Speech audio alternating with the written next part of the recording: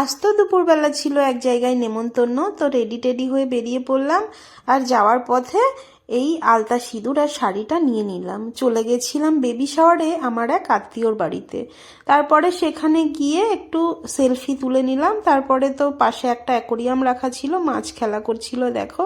তারপরে দেরি না করে খেতে বসে গেলাম, আমরাই ছিলাম সব থেকে লাস্ট। তারপরে তো পাতা দেওয়ার পরে ভাত পড়ে গেল, তারপরে ভালোবেসে দুটো বেগুনি দিয়ে গেল, আর মুগের ডালটাও দিয়ে গেল। মুগের ডাল দিয়ে মেখে বেগুনি দিয়ে অপূর্ব লাগছিল। আর তারপরেই তো দিয়ে গেল ইঁচড় চিংড়ি। শীতের প্রথম প্রথম ইঁচড় চিংড়ি খেতে তো দারুণ লাগে। তো আমার ইঁচড় চিংড়িটা এই শীতে প্রথমই ছিল। তারপরে তো মাছ পড়ে গেল, মাছটা খুব ফ্রেশ ছিল। তো মাছটা দিয়ে খাওয়ার পরে জোর করে আবার আরেকটা মাছ দিয়ে গেছিলো আমাকে।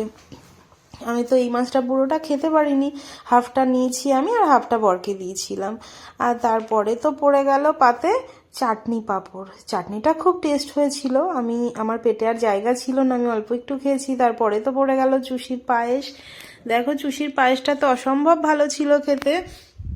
আর তারপরে ছিল রসগোল্লা, যেটা না খেলে তো খাওয়া সম্পন্নই হবে না।